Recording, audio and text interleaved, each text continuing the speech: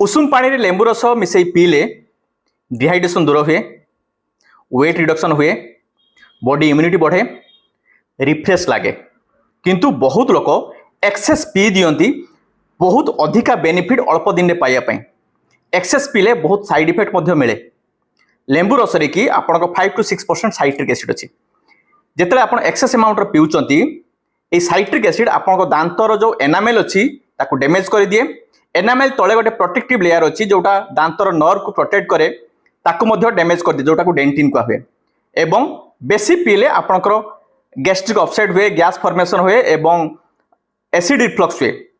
एसबू को एवॉइड करने आप लेंबू रस लिमिटेड अमाउंट पीबे, पानी सहित मिसेकी पीबे, स्ट्रो रे पीबे, डायरेक्ट पीबे ना ताको भल कि घुंटी देबे पानी सहित एवं लेंबू रस पीबार हाफ एन आवर पर आप दांत ब्रश करदेवे सो दैट आपको किसी साइड इफेक्ट हम ना। थैंक